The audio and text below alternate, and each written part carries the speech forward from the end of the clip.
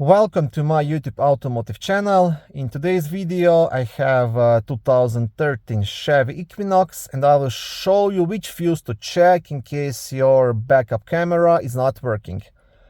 This video will apply to Chevy Equinoxes made from 2010 all the way up to 2017. Okay, so the rear view camera fuse will be located in the main fuse box, which is under the front hood.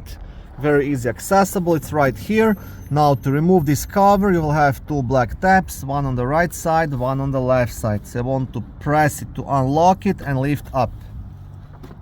Once you remove the cover, on the back side you will have a small fuse diagram, and right here you will have a fuse puller which you can use to remove and check any of the smaller fuses.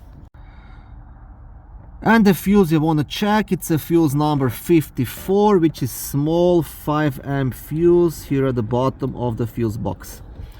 Now hopefully this fuse will be burnt out, and just by replacing it that will fix your problem. If not, you will have to dig a bit deeper and start looking towards the camera itself or the possible wiring issue.